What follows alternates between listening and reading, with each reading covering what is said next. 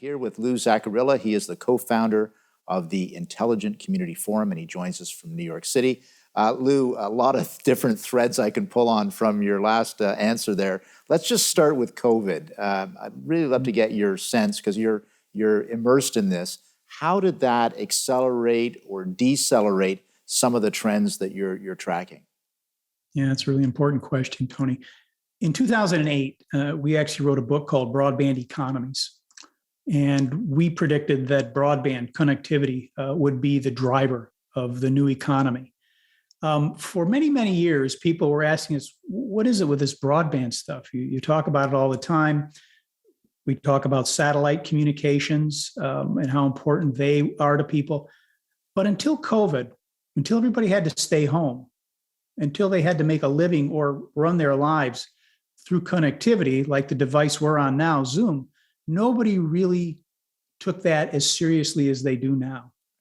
And so COVID really made us realize what was right in front of us, which was that the investments that we'd made in connectivity were not only nice to have, to be able to watch Netflix or soccer matches or whatever, but they were fundamental to our healthcare systems, to our educational systems, and to our own means of making a living. And so I think a lot of ideas have been out there for 15 or 20 years in connectivity, in urban planning and design. But COVID, as a crisis will do, sort of moved these things or accelerated them forward.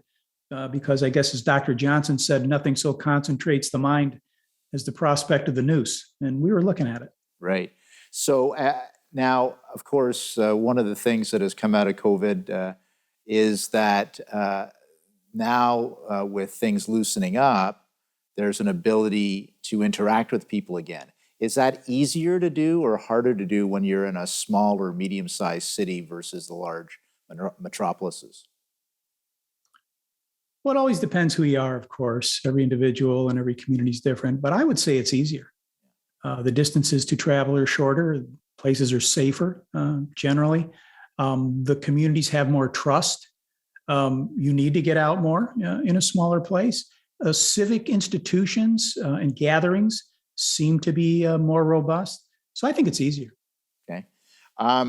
Love to get your sense now about some of the policy, maybe some of the policies that you are suggesting, or some of the policies that you have observed that can help these communities attract new investment. What are you thinking is going on out there? What should be done? Well, I think, first of all, make sure you've got your infrastructure right. Because, again, if the railroad doesn't run through your town and you can't put the new cargo on it, which is information and applications and things, you're going to be at a disadvantage. So, get your infrastructure right. And then I think your educational system is important. For the most part, when you look at the modern workforce, look at our capitalist systems, the way work is organized, we've got an educational system that's perfect for the 19th century. We're still educating kids as if, they're going to have one job. Well, they're going to have about 5, depending on who you read, 5 or 6. And 2 of them haven't even been created yet. So you're going to have to look at your educational system, and you're going to be able to have to say to yourself, I'm going to have to create one that makes people more flexible, that taps their creativity, that taps a lot of things that have been dormant for a long time. And I think that's really important. I think the final thing, and Canadians are really, really good at this, I have to say. They have a lot to teach the world. Collaboration.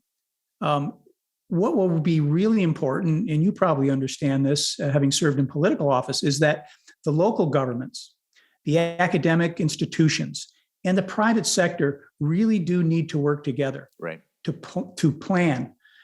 When I look at some of the intelligent communities on our list, they all have 2030 plans, year 2030 plans. They are thinking through the long term, because what they want is kind of what we inherited after World War II, a robust economy that lasted 2 or 3 generations. So you have to think 2 or 3 generations out. It's not easy to do, right, but I think that's the way to do it.